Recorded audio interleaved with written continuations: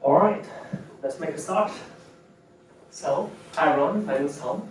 I'm an AI researcher at from Chai, a company called Chai Research Corp. And I'm here to talk to you guys about generative AI in the field. And I guess for introduction, I went to Cambridge for a master's in computer and information engineering, and I graduated in 2020. After that, I joined a trading group, so independent trading group, trading our own money using AI to predict the outcome of future events. And as we grew, that trading company, the trading platform became more and more stable. We're thinking, what's the next market where we can make a huge impact, not only to the company's profits in that space, but also to the users. And because we're using these AI models to predict the outcome of these market events, we're very familiar with what's actually being used in production in the AI space. And we knew language models were very, very powerful, so we decided to make an AI platform around language models. And this is back in 2021, when sort of like, GPT-3 has not really been released, and people think AI bots are pretty dumb. But we thought, because they're good for trading, and trading is like a very harsh competitive market, surely we can make some cool product out of it. So we sort of grew that this platform, it's now called Chai, from basically 10 active users to now around 500,000 to 1 million daily active users, around 4 million monthly active users. And currently the platform is serving at around 1 billion messages to people per day. People come to the platform, create a character that they like, and then chat with the character. And that's why I'm here. Basically, talk to you guys through the generative AI specifically in language modeling. And I don't really know what the background of everyone here is. It seems to be a mix between grad students and freshers and so on. So then I apologize if the initial slides are going to be a bit math heavy, but then it sort of gets more chilled towards the end. Does that sound good? Cool. All right, let's jump right in. So, just a brief history of, just move this PowerPoint away.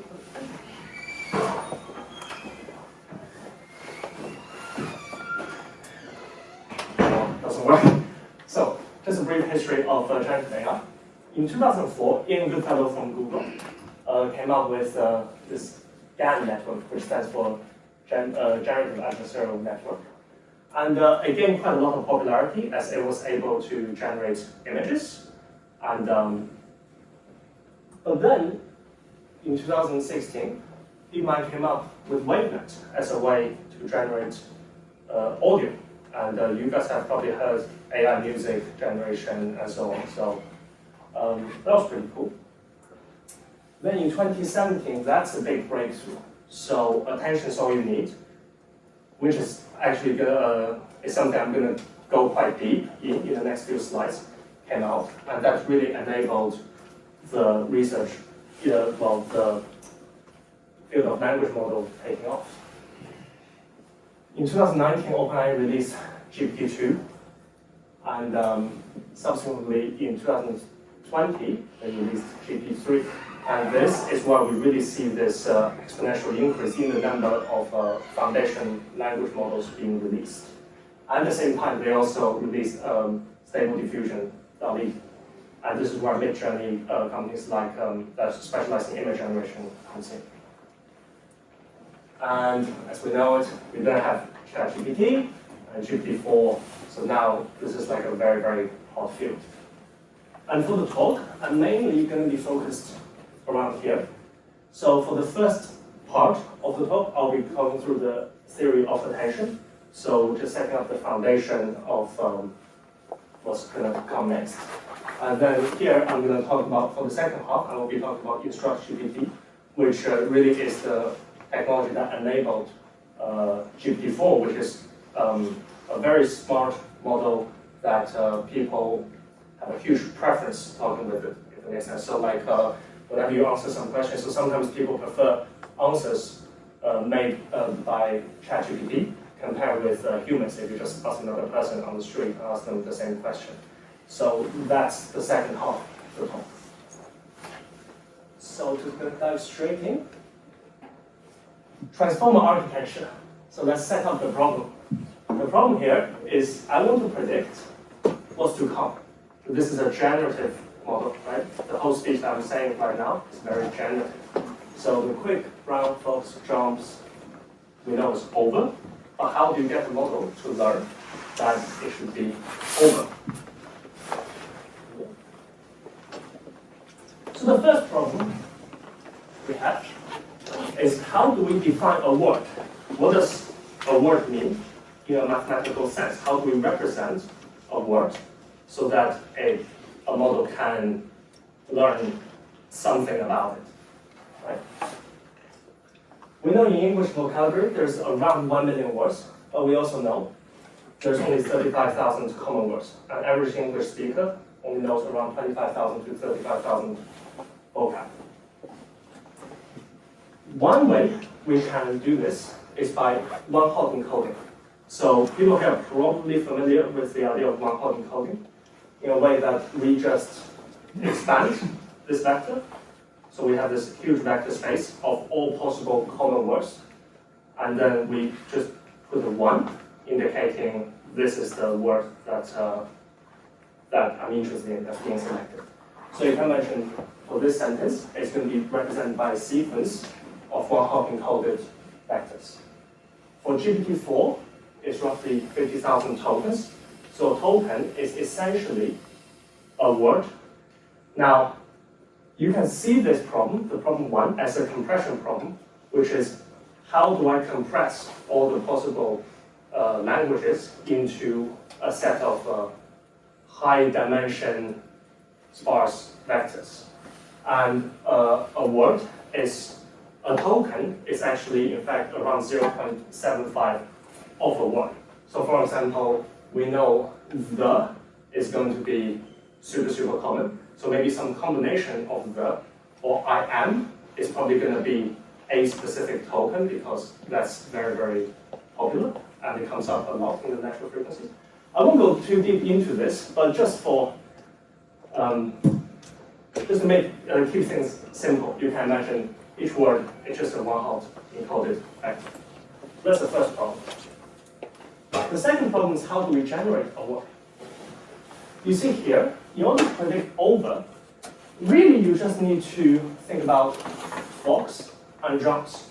But in your brain, you really should be using not only the information you have about the world, so that's how is natural language distributed, but also you should be paying close attention to what are the words coming before it. So really, to predict over, you have this, you need to have information fed through all the way to here. And we can write this in this generative way, right? Where we say, my next word is going to be sampled from the conditional distribution of the possible next open space. So basically, I'm conditioning on all the sequences that come, the sequences coming from just before the word. I'm going to sample from this distribution. So it really becomes I'm building a model that describes this conditional distribution. And once you have that, you can train the model with a very simple binary cross-entropy loss. Because we know by just optimizing for binary cross-entropy, we will get the unbiased estimator of this distribution. So the final problem is, well, so now we know how to represent the word, how to, what we're trying to learn. And also you can see there's some fundamental issues with it, right? We don't, when we speak, we don't just say what's the next word that I'm gonna generate. So this is a very much an approximation, but that's okay. Turns out this is what GPT-4 uses. GPT-4 is pretty good. And there's further research into how do I generate multi-terms and so on, how do I look ahead. So we have the third problem, which is given this is a problem we want to tackle, what architecture do we actually want to use? Now, MNIST data set is probably something people are familiar with. This is a very simple problem, can be solved with a multilayer perceptron. This is a very simple problem because the dimension is fixed. So we know MNIST image is 250 by 250 in dimension. We just need to somehow transform that space into a scalar, right? Into like, is this well, input vector, basically out of digits 0 to 9, what is it? It's a very simple problem, and you can imagine, right, some matrix transformation, you can just straight up do a 250 to some space, to say 50, 50 to 1, boom, you're done. Add some non-linearities, and that's your neural network. Classic backpropagation, and so on. It's a very simple problem. But how about this? Here we have an issue with sequences, right? So this n is a variable. My sequence length can change. So you can imagine you can have a corpus of like a huge text, right? This could be half of a textbook or something. I'm trying to predict the next one. Well, for that you probably do need access to historical chapters and so on. And in this case, even after I've predicted the word jumps over, my next sequence length is 1 plus 1, 2, 3, 4, 5 characters. So my next sequence has just grown. So the question is, how do I make a network that's invariant to the sequence length? And people propose this recurrent neural network problem, neural network architecture, where we feed one word in at a time, get some hidden information about it, get the output, feed that hidden information back in, together with the next word, and so on. So you unroll the network, right? So we do one word at a time, Here I predict quick, I sort of like get some hidden information about the being passed through, and then predict round, and so on. So this is the old approach, using RNN, LSTM, and so on. And the problem with this approach is as your sequence gets very long, you can imagine, it's very hard to train this network.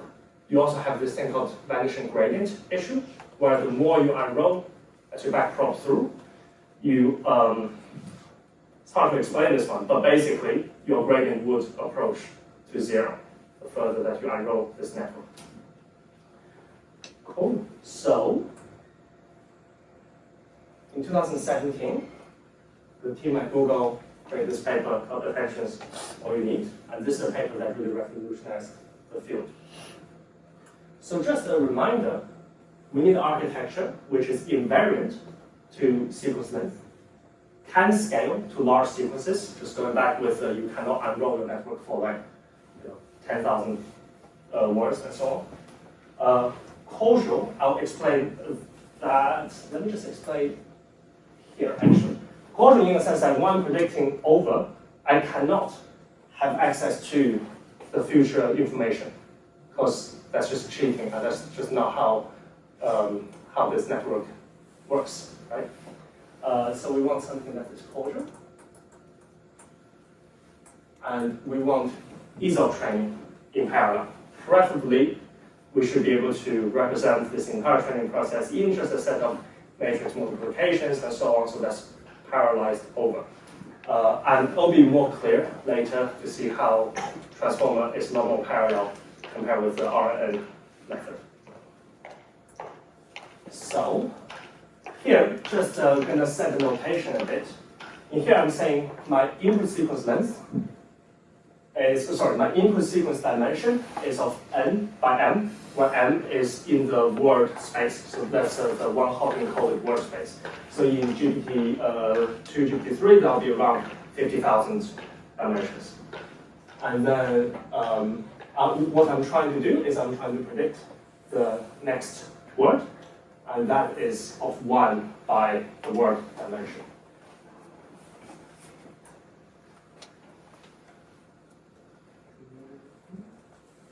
This is interesting. There's a display.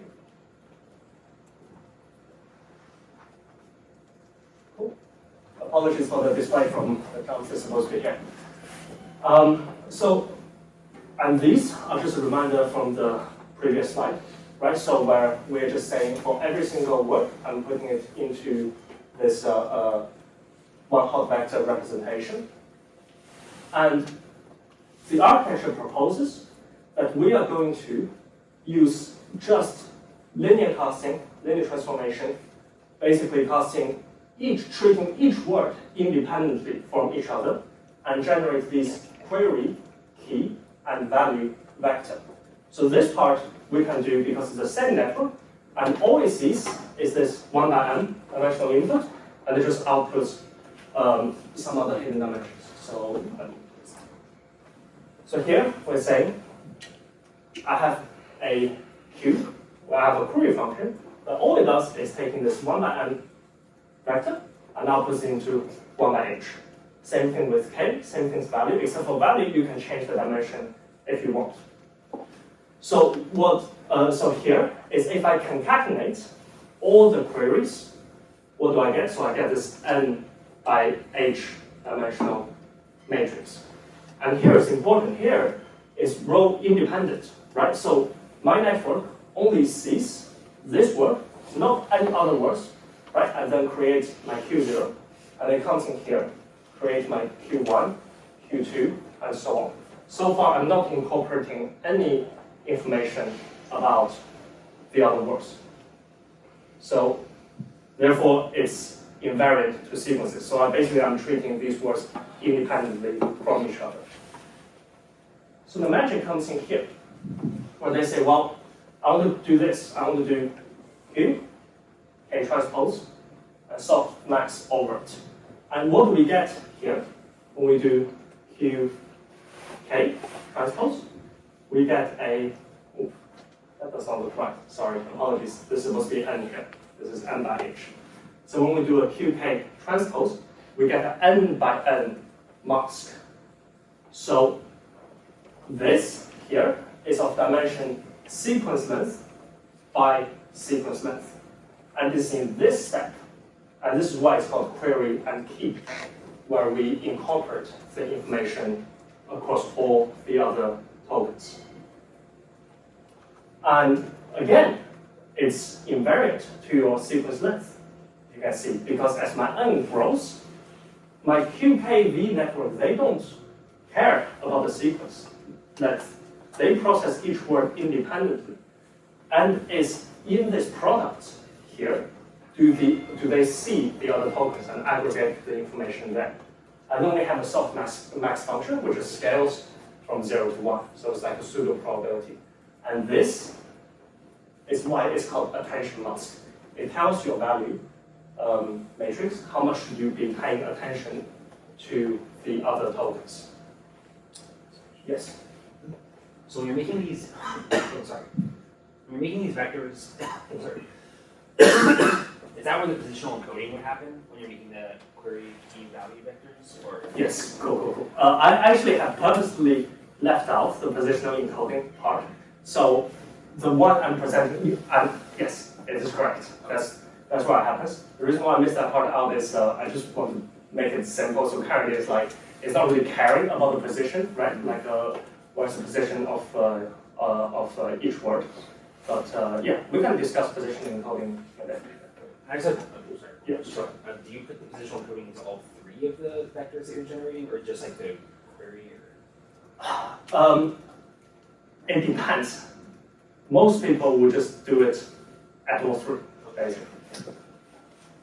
Inside the softmax, you said that comes out to n by n. So yes. You're doing a softmax like across the rows, or the columns, or the whole matrix? Across the rows. Okay. You see, like I'll have a grid in there. Yeah. For k, so it'd be r to the n times h? Sorry. Yeah. Yes. Yeah. This is n. But if that's the case, then you get n times n matrix, right? For q. Yes. Correct. But yeah, or you softmax the qk. You softmax the qk. So you softmax the n by n matrix. Okay, you don't softmax qk transpose time b. No. Oh, okay. No. Yeah, softmax. Okay. Any further questions? Yeah. It seems like there's a difficulty with scaling this to if you have more words in the language, like instead of basing it off of just the alphabet and using some kind of encoding on the letters and building the words from that. If you had more common words you wanted to use, you would have to make that vector bigger and bigger. So how does it account for if the language expands?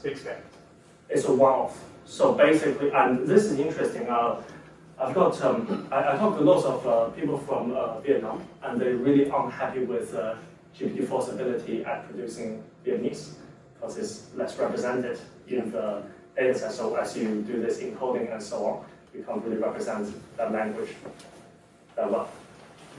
Yeah, so you basically have to go back to square one, incorporate more of that language, and retrain it, and so on. Is the V also supposed to be in 10R? Yes, apologies, yes.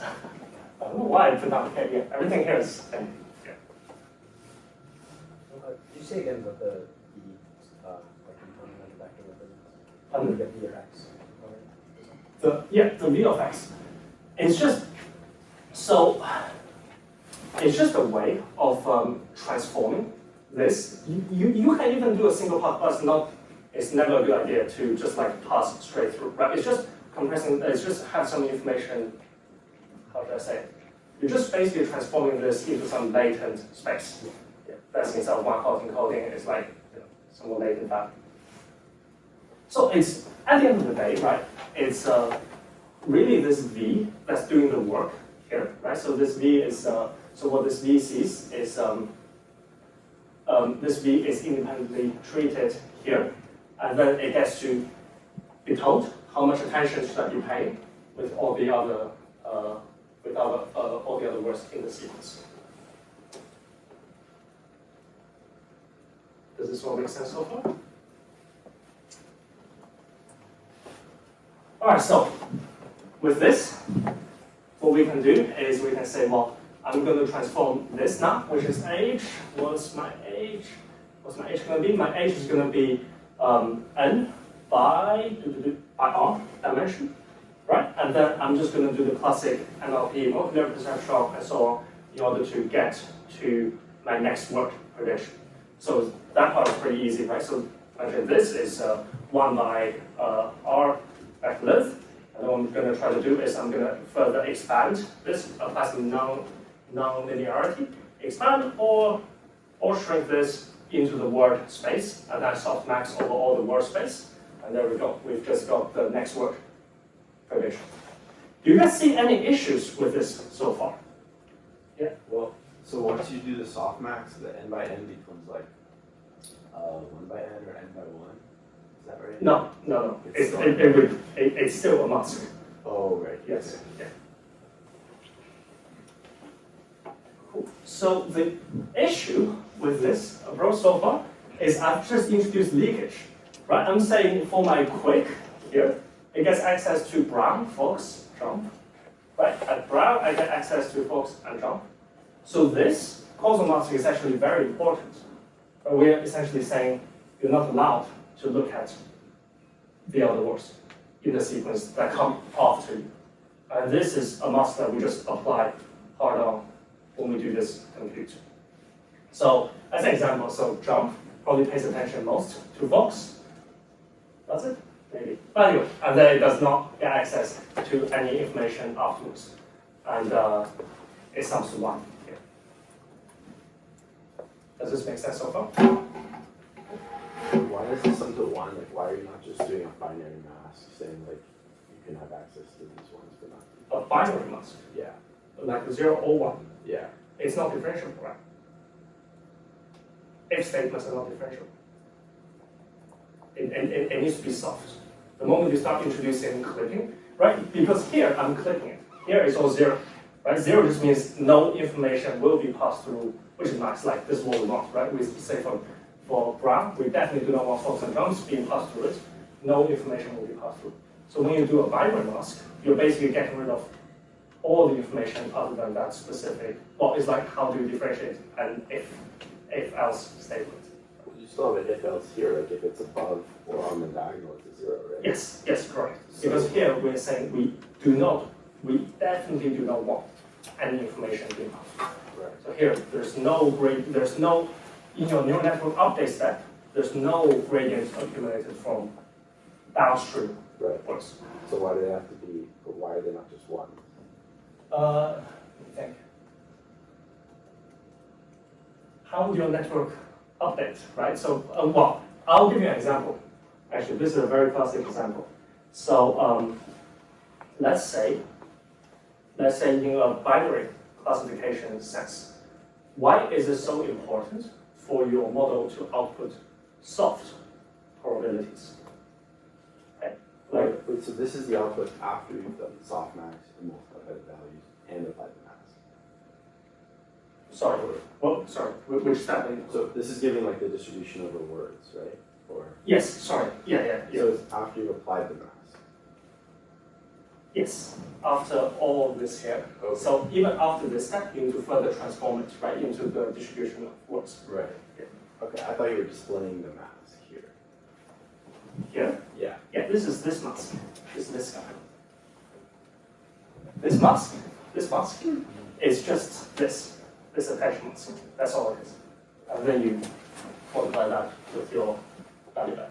Yeah. Is it possible when you start generating more words in a sentence and you're looking back that the attention between two words previously in the sentence, like right now, the and brown has a 0.5 value, but is it possible that later words you generate will change the attention that goes between those two words? Later words you generate. Absolutely. So that's yeah. The thing is this, I'm only describing basically a single pass, right? So this is during training, right? During training, it doesn't really, right? Because you're looking at this whole corpus, you're just trying to model the condition distribution of each word after seeing the previous word, so nothing changes. But during language model generation, and even first time, what you do is you generate a word, right? So you prompt the model, you generate a word, and what do you do with this word? So, sorry, you generate your word, next word distribution, you sample a word, you chuck this word back in, then you do it again. So now the model now sees an extra token, and obviously the hash mask will change as a result because you just changed the inputs. Okay, that makes sense. Cool. So, let's see what does this slide do. No. All right, so now we've defined our model architecture. What do we train the model with? What's the corpus? Answer is simple. We train it on the internet. And look at this gigantic. So GPT-3 is a model that has got over 100 million parameters. That's a huge model. Why can we achieve such a huge model? Because we have a lot of words on the internet. And these are the common core data set. GPT-3 has got 7 trillion words in its training corpus. So this is the part I was talking, so which is now we have the distribution over human language. Right. So what can we do with it? Sampling techniques matter. This way really is messed up. All right, sampling technique matters. So how do I sample? First, if I give you a distribution, I say, well, sample from it. How do you sample? That in itself is not a field. Because you can just say, I'm going to take the most likely. Well, that's just going to generate an extremely boring conversation. Right? So this is why we hear things like temperature, top K, top P. But essentially, is given this distribution, it's going to give you something pretty broad. And then you can do things where like, I'm only going to look at the top 5, and then I'm going to randomly select from it, or like I'm going to normalize, renormalize, and then sample according to that distribution. We've got temperature that sort of like scales these up and downs, penalizes the less likely ones less, so that if you have a really high temperature, your model might generate really degenerative words, but it might be more funny, and so on. So there's like a whole field of literature just in language model sampling. So prompting matters a lot, and this is when you hear things like wide shot, few shot techniques. So for example, if you want and this is especially true for GPT-2, when people made GPT-2, that's when prompt engineering really became popular because people were like, wow, they really like documents, which I guess is no surprise because you just train on the internet, which is like a document. By structuring your query in a document format and providing examples, your model has got a higher chance of adhering to what you actually wanted to do correctly. And this is even true nowadays for GPT-4 as well, right? People like play around. If you want GPT-4 to write an essay, it's probably good to specify, like the style of the essay. You can say things like you are Obama's ghostwriter or something. You write the best, most engaging essays, something like that. people still do it these days. So yeah, so in this case, you say you're expert in US history, and you give it 1, 2, 3 example terms, and now the model should hopefully understand A is answer, and then I'm just going to return one short sentence and end it there. Obviously, there's no guarantee here in whether the model will actually be able to do it. Then people just spend ages playing around with these prompts. And then we have supervised fine-tuning.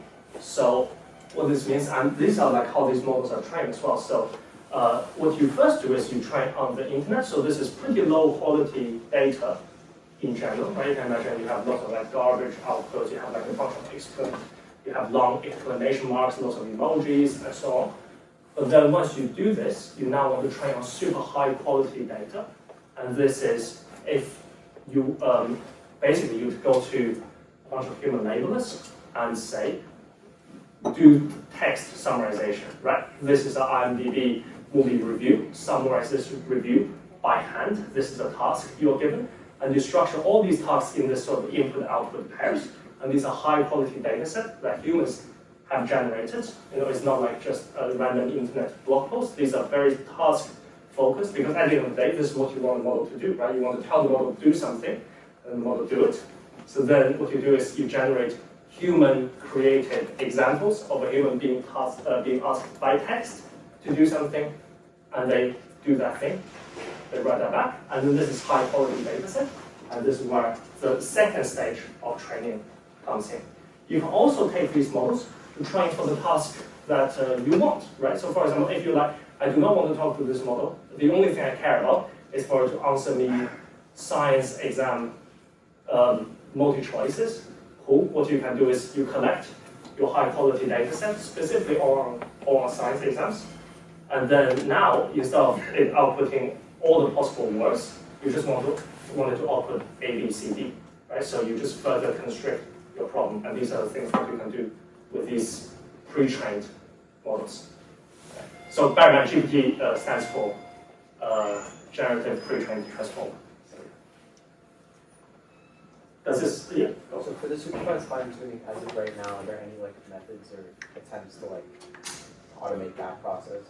Or is it entirely just like you give it to a group of humans and help? What do you mean by automate? Like, as you described, you said like they give it to a group of humans, for example, the IMDb, tell them to like write a summary and then provide it to us, like, so that you can fine tune the model. Yeah. Are there like any more efficient ways to do it? Yes, there are. I'll show you. This is the second half because we do a very similar thing here, and we cannot. It's not we cannot afford it. It's just like it's going to be too time consuming, too much effort to get a bunch of human labelers. And also, at the end of the day, we care about having engaging conversations. So imagine if I told a human labeler, you are now pretend to be Harry Potter, writing an engaging conversation. That's actually a really, really hard task. So then, how do you actually do this? That's basically the second part. Cool. So Does the sampling technique need to change based off the type of prompt you get? Because if you ask for like a factual response, you couldn't randomly sample from that. Absolutely. For math questions, you probably want to really dial the temperature super low, right? Like, what's 2 times 2? You don't want there to be a chance of the model thinking, oh yeah, it's something else. So scaling loss. All right. So as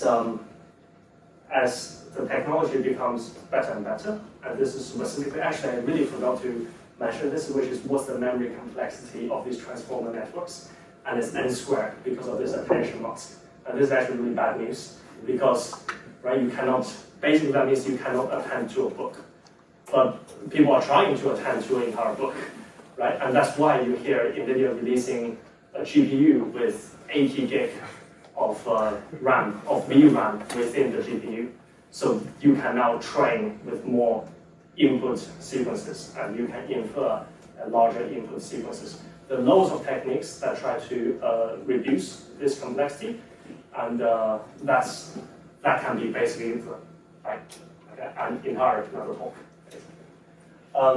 But as the GPUs get better and better, essentially, as there's more and more VRAM, people are just scaling up these models like crazy. So you can see here, it actually doesn't look that impressive, right? So Likert score is just like, just rate the output response, do you like it, do you not like it, above 5 or something, you know.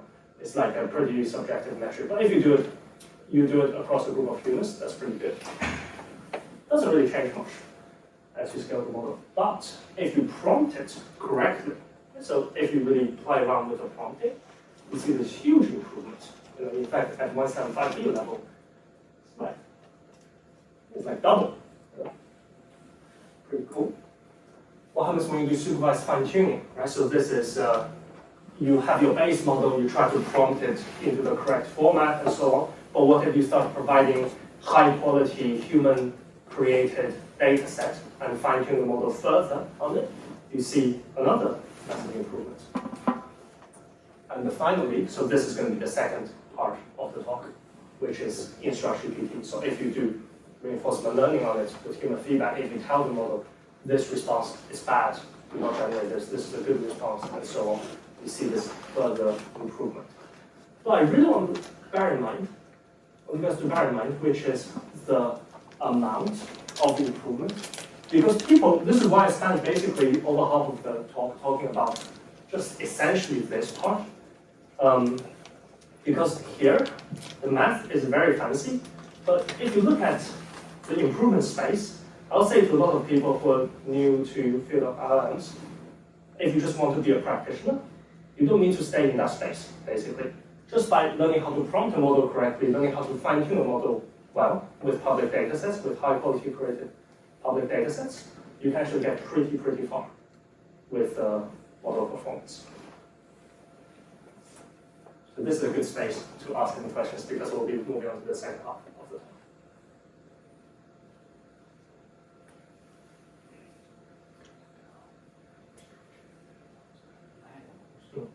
So earlier you mentioned the size of the models and like the number of words that they had to train on.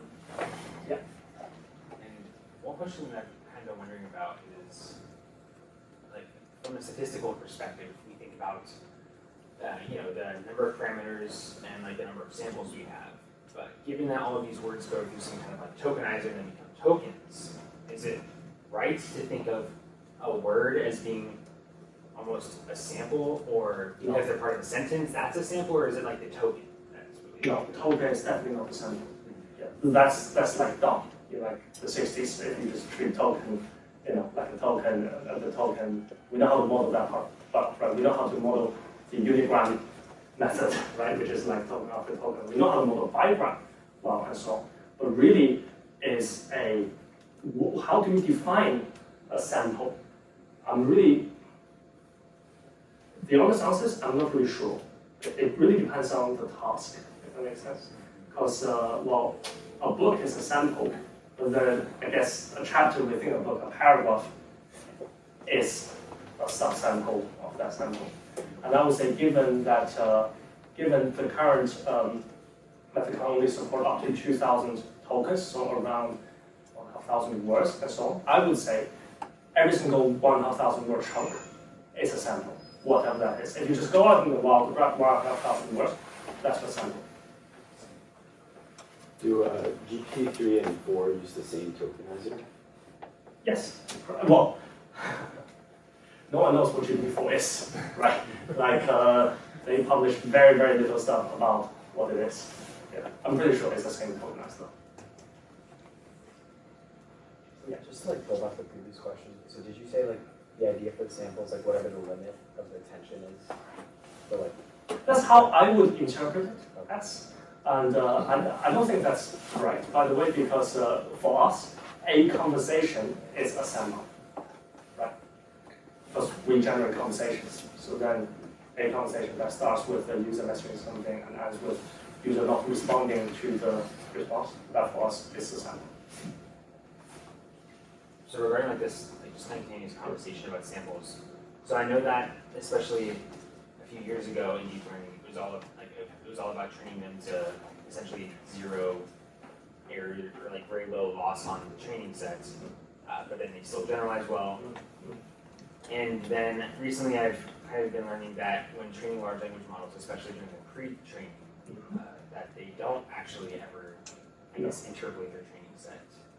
Interpolate, what do you mean by that? Or they don't go to zero No. error on the training set. Yes. So it's like almost a bit more classical. Yes, yes. It's pretty empirical with how these things go as you train more models. You basically sort of have a play at it, and you know at what point you're actually overfitting. And these models don't overfit that much, actually. And frankly, it takes months. If you were training a 175P model, it'll take you a month to train this.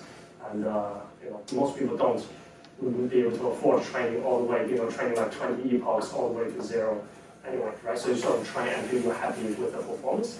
And there's a whole lot of papers on the empirical, like studies of how many epochs you should train. We personally do train 2 epochs, and that's really good. 3, we will overfit.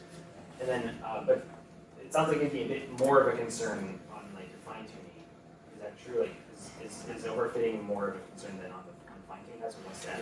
If you have a really overfitted model, then it's no good. But bear in mind, it's so big, your data set is so large, it really isn't that bad. But even on the fine tuning, On like on the fine tuning portion though, like the fine tuning portion, you should not overfit. Yeah, yes. And we play a lot with the fine tuning part. If you overfit on the fine tuning, it really is no good. And you can mention that's the science exam questions and so on, right? If you want to train a model specifically to do science exam questions, you cannot. Your data set is not that large. Right? And you do want the model to generalize. So memorizing the data as is no good. It depends on the task. Cool.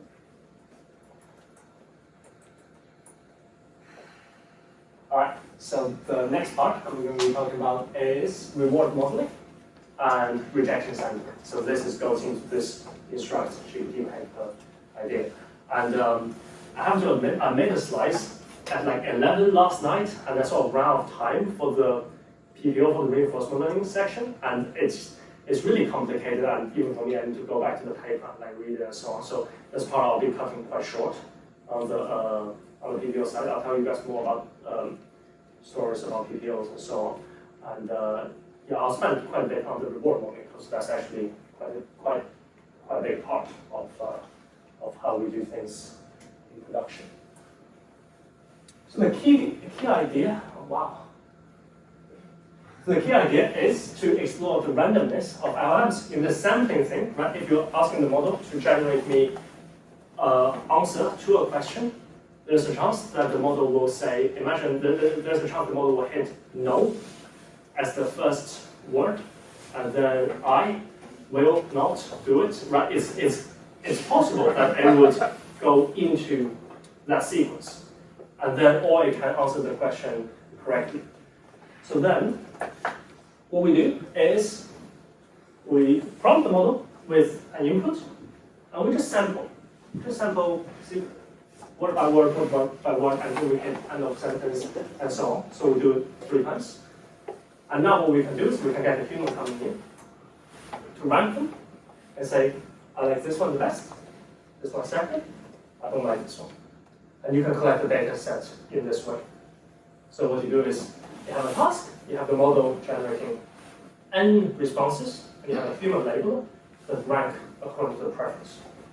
And with this data set, yes? Is there a way to automate this process as well? That's next page, yeah, next page. It's coming.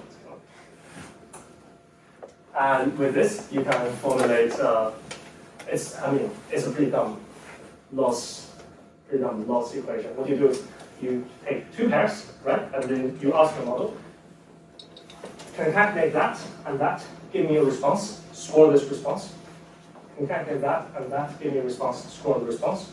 And then I take the delta between the 2 responses and I put the sigmoid on it. And then 1 if this is good, and so on. Right? So now I'm just doing pairwise comparison, so I just take 2 pairs. I say, did this outrank this, did this outrank this. So what we get is K-2 combinations depending on how many ends you have, and then we can train the reward model this way. So the reward model is just pairwise comparison with 1 saying this is higher than that, 0 otherwise, and that's the target that the model trains on. seems like for a problem such as this, your answers can still be significantly subjective based on like, is this a good Ernest Hemingway style poem? Correct. Because he also has a huge broad, Correct. wrote a bunch of different stuff. Do you average over a bunch of different scores to try to get? Yes. So this, like I said, so very expensive. That's the problem with this because you can't just say label one thing. You really want to have multiple people, and then you ensemble their rank, and then you get a true rank. And it's a very labor-intensive and expensive process. And another thing for us is, it's not even, for us, this is not even doable, because we can't even tell internally, we spend ages reading conversations, we don't know what's a good response, right? What does a user want? That's actually really, really hard. So let's say, I was looking at the Wednesday Addams bot, the Netflix TV show came in, some users made a Wednesday Addams bot, was talking to the bot. It's quite nice, but then the user just quit the conversation afterwards. They said something that's a bit out of character. I think she referred some other character's gender wrong or something, and you just quit. And then I don't really watch the TV show, so it's really hard for me to tell. So this technique for us is very nice. It gets you pretty far, but it's not really feasible. So just bear this in mind, and that's where the next slide will come to, which is how do we actually achieve this. This technique, though, for us is super attractive because just by doing rejection sampling in production, so for a input, I sample 4 or 16 responses. So I just generate 16 responses per input. I use my reward model to rank them. And this reward model is actually a language model itself. But it's a much, much smaller language model. So a reward model can only need to be, only 125 million parameters model is good enough for this task because it doesn't need to generate stuff, it just needs to predict, it just needs to be able to tell what's good and what's bad, which is a simpler task. And with this, we see when you have n equal to 4, that's like over 60% preference to the original model. And when you put k to 64, you get close to 70% preference over the original model. And this for us is very attractive because you can see it's easy to implement in production. You don't change anything about your base model, you just sample n times at the cost of inference speed, but there's techniques to solve that faster inference, like flash attention, VRM, and so on. Actually, VRM came from Berkeley, really good. And so you just fast inference and then use a reward model to score them, serve the user the best one. So, as I said earlier, it's very expensive, and also how do you know what a good conversation is? So this now becomes more task specific, and this is how we do it. We actually did this like over a year ago, actually. So we said invert the problem. Instead of thinking what makes a good response, you say what makes a response bad. And this is what the chat session looks like, right? This is a typical user chat session.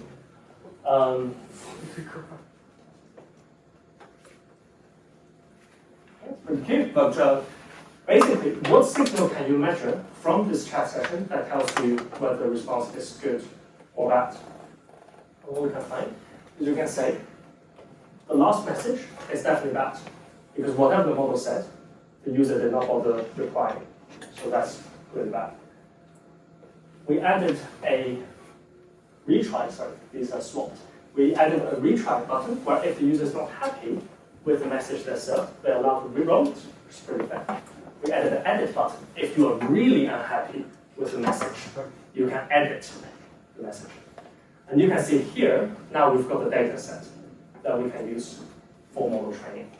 And people ask, where do our fine-tuned data set come from? The edit allows you a nice way to collect data set. And these are high quality because these are the users having seen a model generating response, having retried a couple of times, were so frustrated, they're like, no, I cannot continue the conversation like this, I have to edit the original response.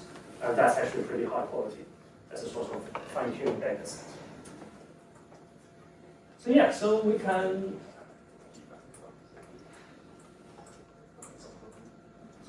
just define, right, an indicator of did this message result in end of conversation, was it retried, was it not? edit it, you can do, here you can do a lot of crazy stuff. You can train on this target alone, that target alone, and then ensemble the scores. There's lots of techniques you can do here, but ultimately you're just trying to make sure that the model penalizes responses that could result in any of these model behaviors.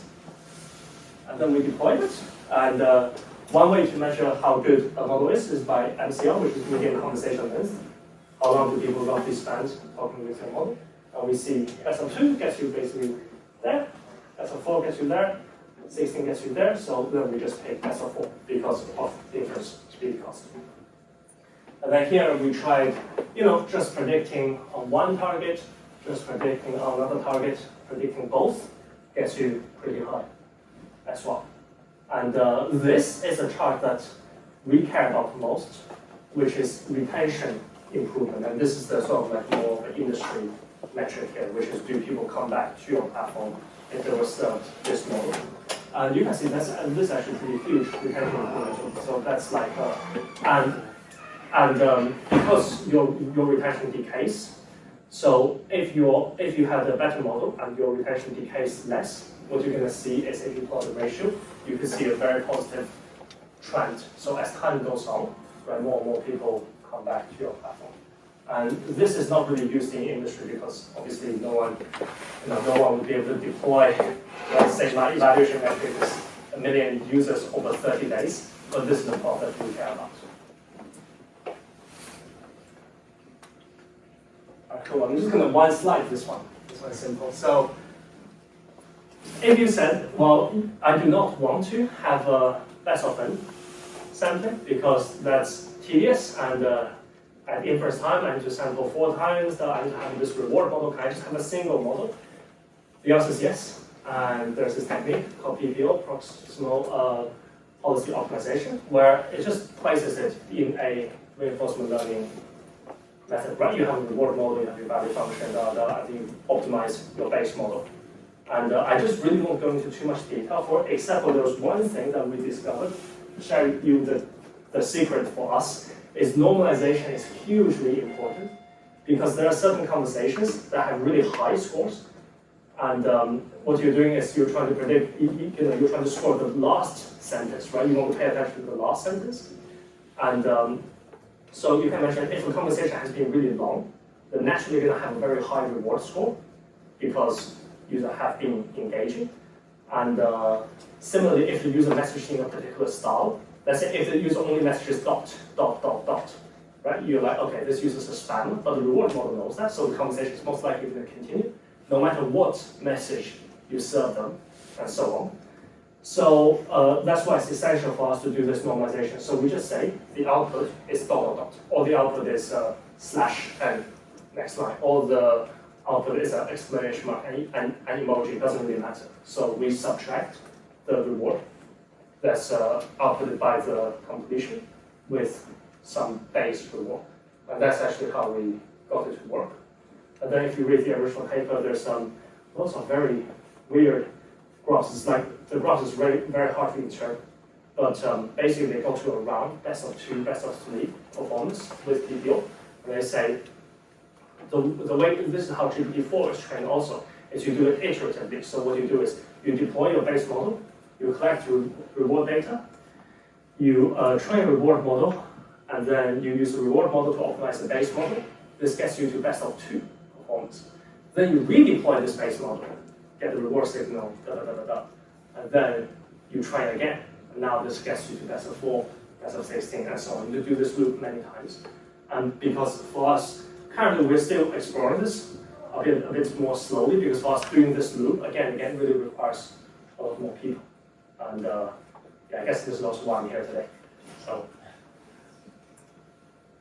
cool. So the final thing I want to talk about is exploration, open community competition. So what we see is over time, this is the speed at which ChatGPT gets released. And you can picture, right? So we have Llama 1 at around here, Llama 2 at around here, that's by Meta. And what we see is we see this entire open source community, right? So everyone, these are closed source models. You don't get access to the base model weights, and so you can't play around with it, just an API.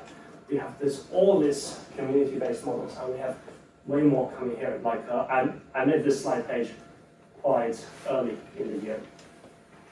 And at the beginning, especially with the huge models, OPT175B, these open source ones, people were very negative. People were like, we do not expect it to match the performance of the closed source models. And now we're really getting to a stage where the open source models, Llama 2 is an open source model, by the way, and then people will really do amazing things with these Llama 2 models. And we really don't think the technology should be just be in the hands of one or two large techs who can afford 100 million in compute or something to train these gigantic models. If you have a specific type of model in mind, so for example, if you want a model that answers science questions well, a Llama 2 model that's fine-tuned on a really high-quality data set created by a group of people that was, that were just doing this full time is going to be beating GPT-4's performance because it's very task specific. And currently, if you go on Hugging Face, there's literally millions of models out there, and then people can just play around with them, download them, and the performance is all really, really good. And this is something that we're observing, and because of that, we've launched a $1 million cash prize competition where you can literally submit any models you want from Hugging Face. You can fine-tune it using the techniques I've said, and so on. You can submit it directly onto the chat platform. And the users on their phone will see a little prompt saying, do you want to enter a conversation with an experimental model? And then they will have a conversation with it, and then we have a leaderboard. So this is the idea. We submit the model, we basically deploy it directly to the users, and then we will have a live leaderboard for the model, and we pay off basically every single month. So last month is an 18-year-old kid from Texas that won the competition, beating out a bunch of. So we have the top two Kaggle grandmasters. So that's one is ranked number 1, one is ranked number 4. They're both in the competition. But the 18-year-old kid, which is really, really passionate about language modeling, made the best model. So that's pretty cool. And his technique is crazy. When I first read the code, I was like, I've got to speak with this model because it's going to be very degenerative. What he did is he took 2 language models and just merged the weights. He just threw a dice for each neuron, merge, average the weights. And I thought that was an insane approach. I thought 2 models trained on 2 different tasks, how can you just merge them together? Not only did the model not degenerate, it actually seems to have inherited the abilities from their individual tasks. So that for me is very, very surprising. When I saw the code he shared, I thought this model will be outputting tokens essentially, right? Like exclamation marks. But that's not the case at all. And currently loads of people, and you can imagine, right? Merging the model. If this technique actually, if someone can show that this actually does work, like from a theoretical perspective, it's actually really grounded. What you're going to see is you can see a bunch of people finding models that they like and so on, and then experimenting, merging them together, deploy it onto the platform, and then we can say, well, what merge is actually good, what merge is actually bad, and do analysis from there.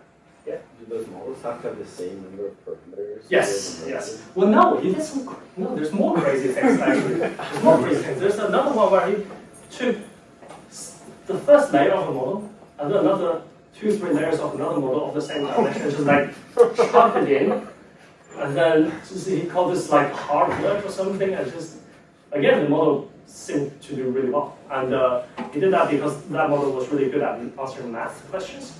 And then he just did that. And then the resulting model was very good at answering math questions. So I thought that was really good. Yeah, so I won't keep you guys waiting any longer. The details are already here. That's the end of the call. So we are hiring for a lot of positions. Yeah, sorry. Yeah, I just had a question about like the 18-year-old. Do you think that he knew what he was doing, or was he? Yes. Was he just lucky, or like did he anticipate the positive results? No, he was.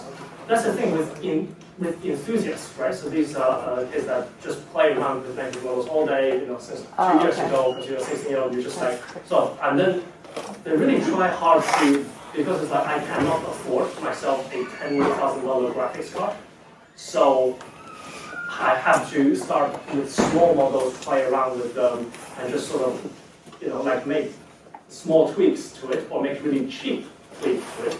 And the model version was very much well, I can't really fine tune a 13B model, but I guess I can merge two 13B model and let's see what happens, right? And then as you explore this space, you can say he got lucky, but the more things you try, the more chance of you to succeed.